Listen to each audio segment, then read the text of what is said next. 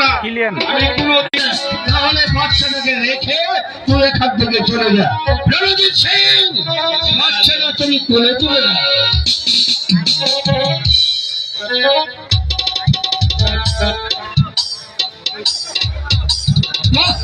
কত সুন্দর বাচ্চা। রণজিৎ সিং, কাশেম আলীকে তুমি বিদায় করে দাও। কাশেম আলী, এই নাও বাচ্চা।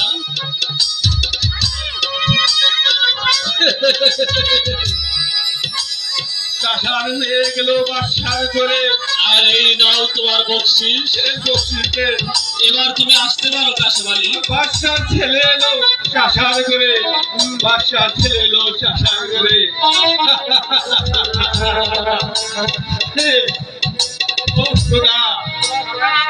তোমার তো আর শেষ নেই। তুমি বাচ্চার ছেলেকে আমার হাতে তুলে দিলে, আমার হাতে তুলে দিলে, আমার হাতে তুলে দিলে।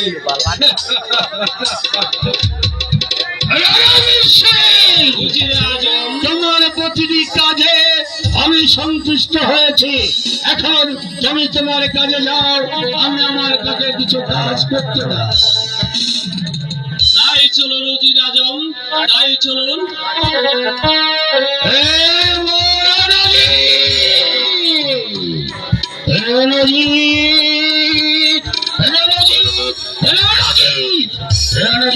তুমি ভেবেছ আমি তাও কাঞ্চন বলে মস্তকে বসতে বললে তুমি হবে আমার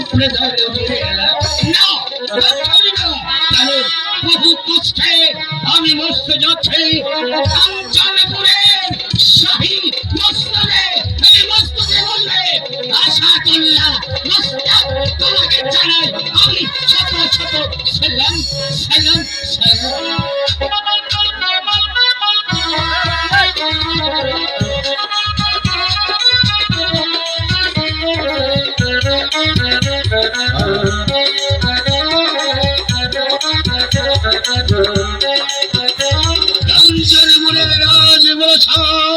কত সুন্দর, কত সুন্দর।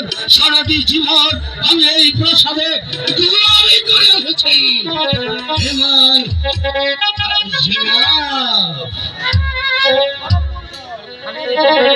ওদের সাহেব আমার এই সাম্রাজ্যের হিন্দু মুসলমান প্রজা সাধারণকে সুখে শান্তিতে দিনাদিবাস্ত আপনি রাজ্যিক সুখে শান্তিতে তুমি কেমন করছো জনাব? তবে তবে কি জানেন না? বলুন ওদের সাহেব, বলুন বলুন আমার রাজ্যের ভিতরে কি হয়েছে? বলুন আমার কাছে আমাদের চুপ করে থাকবে না, বলতে আমার সাহস হচ্ছে না। আমি আপনাকে অভয় দান করছি ওদের সাহেব। আপনার নির্ভয় রাজ্যের মধ্যে সেনা সৈন্যদের মধ্যে একটা যুদ্ধ হতে যাচ্ছে। কারণ কারণ ওই রণজিৎ সিং তার দুর্বলতা কি মহারানা। অর্থাৎ রণজিৎ সিং দুর্বল হয়েছে। তাই বলছি তার দুর্বলতার জন্য এই কাজটাকে ছেড়ে দিতে হবে। তাই বলছি যারা আমার পুত্র খাসিকে দিয়ে একটু চেষ্টা করে দেখুন যারা। সাহেব আজ আপনার কথাগুলো আমাকে যে বড় ভাবিয়ে তুলেছে। ওজের সাহেব সারাবাদের রণজিৎ সিংহের বর্ষতা যদি ওই রাজ্যের বজারা মেনে নেন তাহলে তাহলে রাজ্য চলবে কি করে? ওজের সাহেব তাহলে চিন্তা করবেন না জনাব।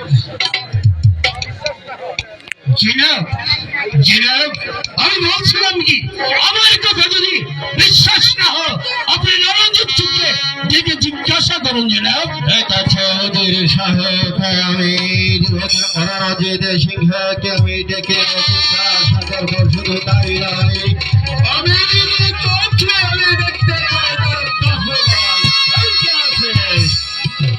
রণজিৎ সিংহ দরবারে পাঠিয়ে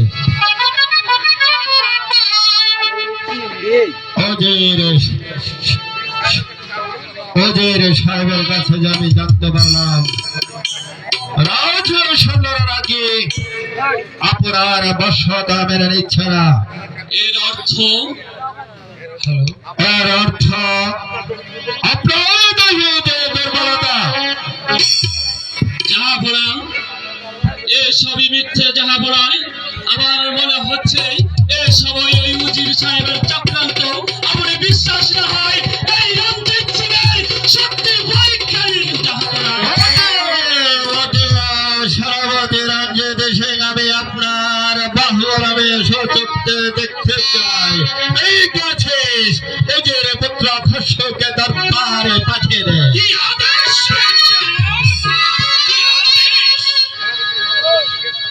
সারাবতী রঞ্জিত সিংহের সাথে আপনার অস্ত্র চালানোর পরীক্ষা দাও। আমি প্রস্তুত জাহাপনা। খসরু, বেশ খসরু, তুমি আমার একমাত্র সন্তান। খসরু, তোমাকে যুদ্ধে যে কলা কৌশল আমি শিখিয়েছি, আজ তুমি দরবারে কাজে লাগিয়ে দেবে কেমন? হ্যাঁ পিতা, আপনার আশীর্বাদ আমার সাথে রয়েছে। আপনার দেওয়া কৌশলে আমি এই রঞ্জিত সিংহকে পরাজিত করব। আমি প্রস্তুত।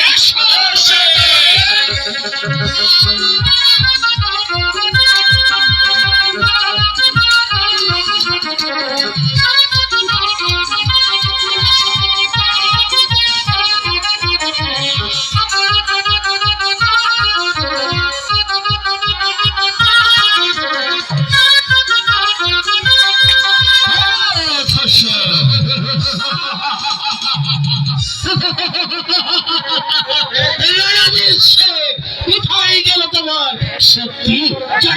আমার কাছে রণজিৎ সিং আপনি অস্ত্র তুলেন। আমায় ক্ষমা করবেন জাহাপনা। আপনার দেওয়া সম্মানিত তরবারি আজ আমার হাত থেকে খসে পড়েছে। সেই তরবারি আমি আর আমার হাতে স্পর্শ করব না জাহাপনা। আমাকে ক্ষমা করবেন জাহাপনা, আমাকে ক্ষমা করবেন। রণজিৎ সিং,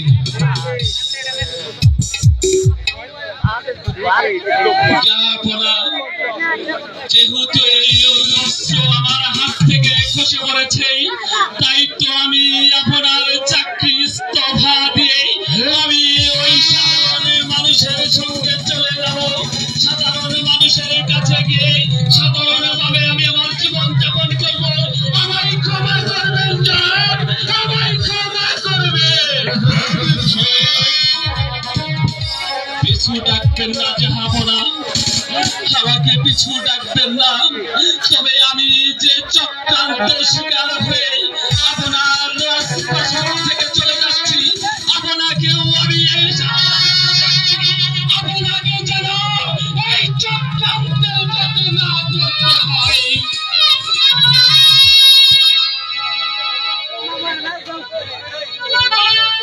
চক্রান্ত। হ্যাঁ, জনাব। আমি তো কিছু বুঝে উঠতে পারছি না। সারাবতী রণজিৎ সিং, আপনি খুলে বলেন কিসের সেই চক্রান্ত? আমায় ক্ষমা করবেন জনাব। আমি শত চক্রান্তের কথা জানা সত্ত্বেও আজ আমি মুখ ফুটে প্রকাশ করতে পারছি না। আমায় ক্ষমা করবেন জনাব। আমি আপনাকে সাবধান করে দিচ্ছি, আপনি যেন এই চক্রান্তের হাতে না পড়েন। ওজির সাহেব, সারাবতীর কথাগুলো সত্যি আজ আমাকে ভাবিয়ে দিয়েছে।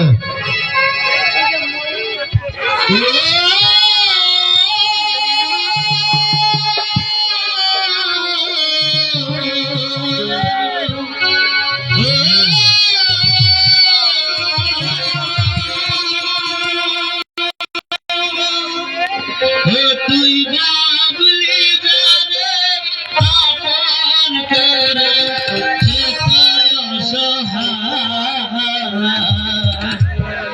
আপন মানুষ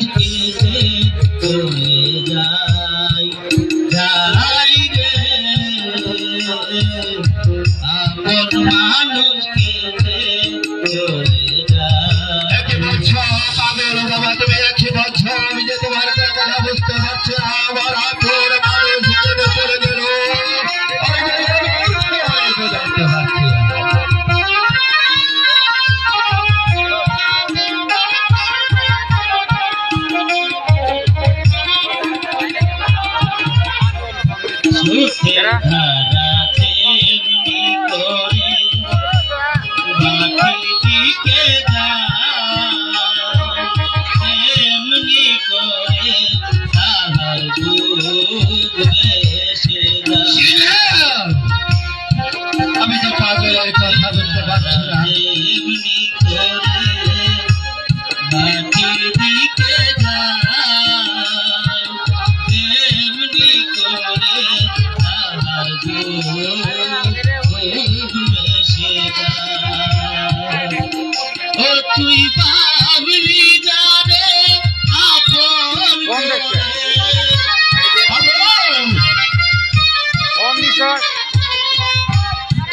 তুই বাবলি যাবে আপন করে, সে যে অসহায়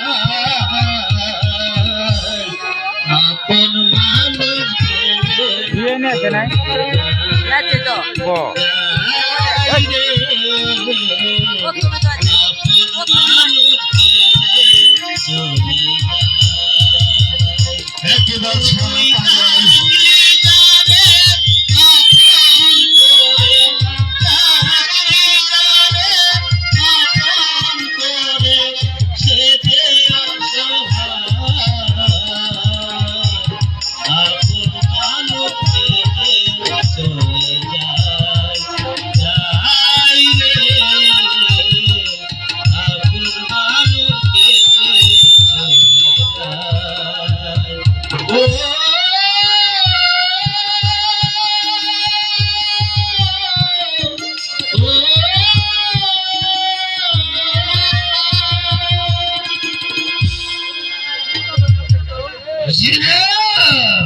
ওই পাগলের কথা আপনি কর্ণপাত করবেন না।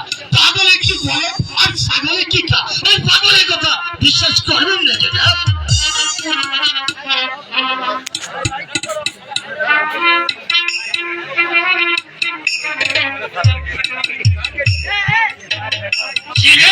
অসত্যটা বাদ দিন জনাব, এখন অন্য চিন্তা করুন জনাব। হুজুর সাহেব, হ্যাঁ জনাব। সেনাপতি যে আমাকে কিসের ইঙ্গিত দিয়ে চলে গেল, আমি যে আর কিছু বুঝে উঠতে পারছি না। হুজুর সাহেব, আমি যে কিছুতেই বুঝে উঠতে পারছি না।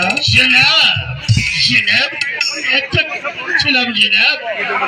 সেনাপতি রণজিৎ সিং যখন খসরুর হাতে পরাজিত হয়ে তার চাকরি ছেড়ে চলে গেছে, তাহলে এই সৈন্য পদটা খালি তো রাখা যায় না জনাব। কি বলেছেন হুজুর সাহেব? আপনি ঠিকই বলেছেন।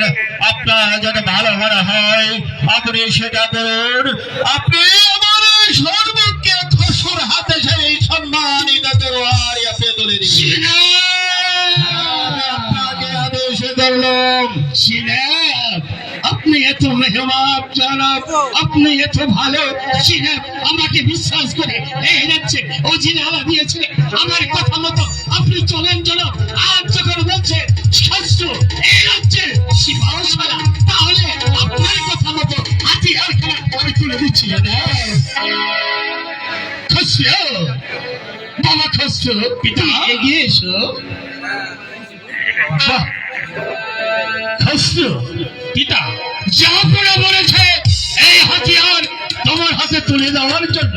এই হাতিয়ারের মান সম্মান তুমি রক্ষা করো। তাই করবো পিতা। এই তরবারি স্পর্শ করে আমি প্রতিজ্ঞা করছি পিতা, জাহাপনার ইজ্জত রক্ষার্থে নিজের জীবন দেব, তবু মান দেব না পিতা। বলুন। আচ্ছা, আমি তোমার হাতে সেই সম্মানিত তরবারি আমি তুলে দিচ্ছি। একটি কথা মনে রাখবে, আমার এই বিশাল সাম্রাজ্যের সকল পদের মাঝে তুমি ঘুরে ঘুরে দেখে আসবে। যেখানে খাদ্যের প্রয়োজন সেখানে তুমি খাদ্য বসিয়ে দেবে, যেখানে বস্ত্রের প্রয়োজন সেখানে তুমি বস্ত্র বসিয়ে দেবে, যেখানে ঔষধের প্রয়োজন সেখানে তুমি ঔষধ বসিয়ে দেবে, যেখানে বাসস্থানের প্রয়োজন সেখানে তুমি বাসস্থানের অক্ষরে পালন করবো জাহাপনা। যেখানে খাদ্যের প্রয়োজন সেখানে খাদ্য দেবো, যেখানে ঔষধের প্রয়োজন সেখানে ঔষধ দেবো, যেখানে বস্ত্রের প্রয়োজন সেখানে বস্ত্র দেবো, আর যেখানে বসন্ত করে দেওয়া প্রয়োজন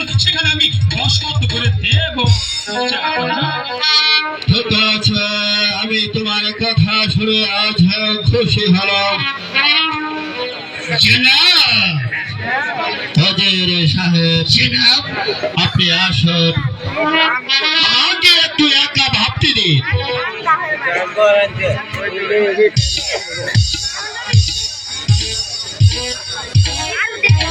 জনাব আপনি একাই থাকুন, আমাকে পাঠিয়ে দিয়েছেন এই প্রয়োজন হলে আমি চলে যাচ্ছি। জনাব যাওয়ার সময় এই আসাদুল্লাহ আপনাকে বলে যাচ্ছে জনাব, আপনার সুখের জন্য শান্তির জন্য আমার যা কিছু করার প্রয়োজন এই আসাদুল্লাহ তাই করবে। জনাব আপনি শুধু এই রাজকার্য পরিচালনা করে যান।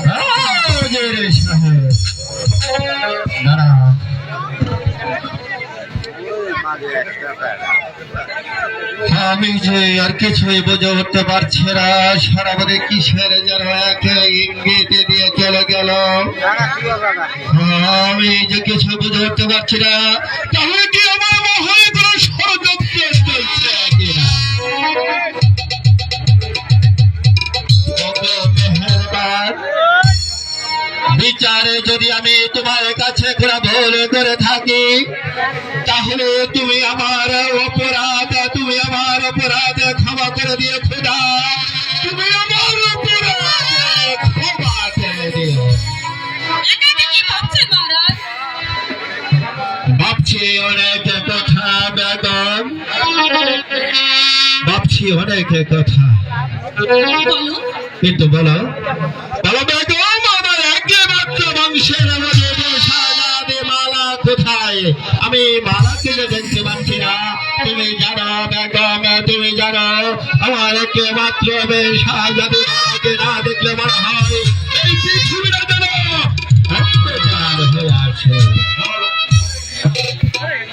তোমার কাছে লাখ লাখ শুকরিয়া, অনেক সাধনার পর আমার প্রতি শক্তি দিয়েছেন।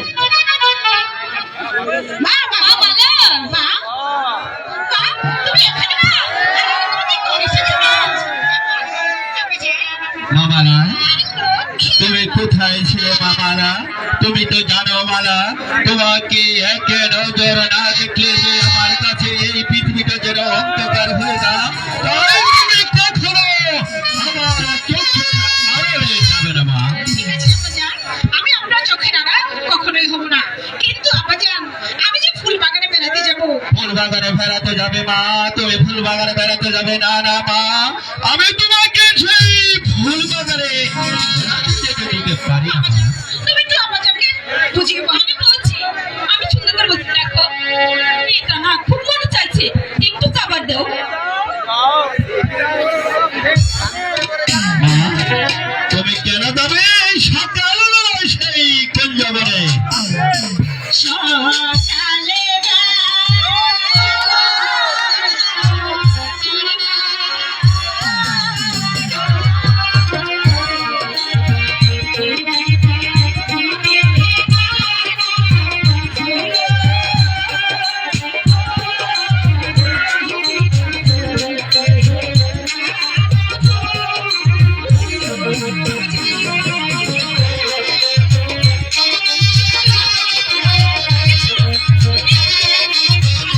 তুমি দেখে বুঝে আমি দেখবো।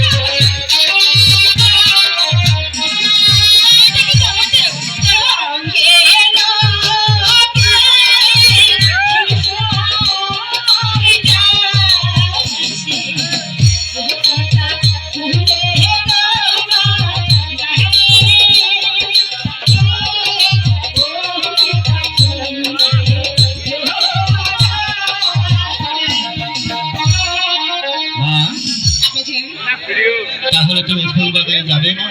হ্যাঁ আব্বাজান। কিন্তু তোমাকে মা কিন্তু তুমি কিন্তু একা যেতে পারবে না, তোমার সাথে কিন্তু আলিয়াকে নিয়ে যাবে।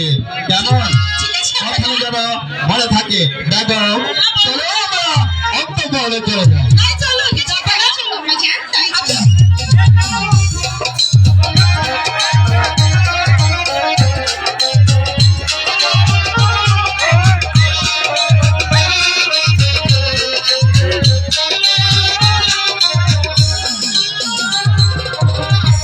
ভাই যারা ভিডিও করতেছেন এখনই বন্ধ করেন, আমরা কিন্তু অনুষ্ঠান বন্ধ করতে বাধ্য হবো যদি ভিডিও বন্ধ না করেন। আমরা কিন্তু খুব খেয়াল করতেছি জিনিসটা, ভিডিও বন্ধ করেন তাহলে অনুষ্ঠান বন্ধ হবে।